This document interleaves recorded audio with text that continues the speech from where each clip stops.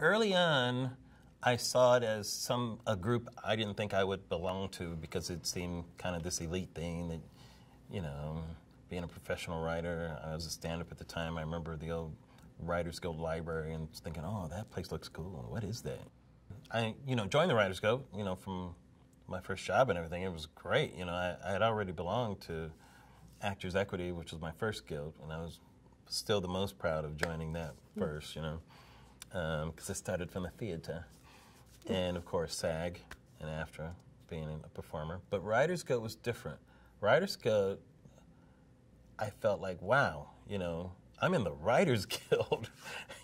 As a performer, you expect to get in the other ones, but to get in the Writers Guild, that was just different. It felt like, you have a certain stamp of approval, to do something and all that kind of stuff. So I was very proud of it.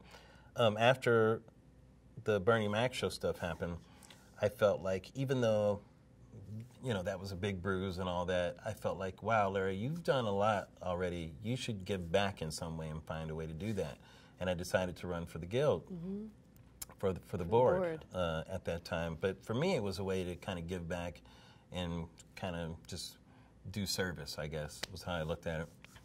And at the time, I wasn't thinking, I'm not really that passionate about any of the issues or anything. I just feel like it's service. But I learned a very valuable lesson. Many times, you don't know what you're passionate about until you have to be somewhere and speak up and stand for something, And that's what I learned being a part of the board, was when issues come up, I found out where my passions lie and that kind of thing. What about like the strikes in 2007 and 11? Were you in agreement with the Guild and what happened there? I am not a big strike person.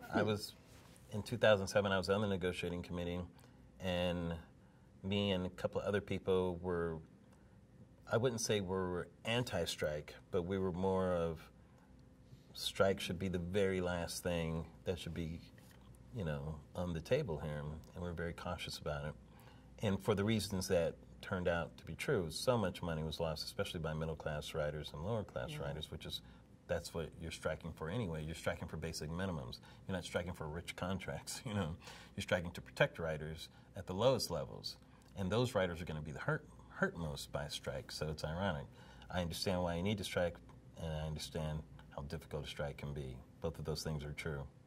That's the thing. Yeah. So once we were there, I was the biggest, I was very much there marching and standing up for it, because once we're in it, now we're in it, So, but I tried to be the voice of caution as much as possible before that had to happen. Like, to me, that's the nuclear option.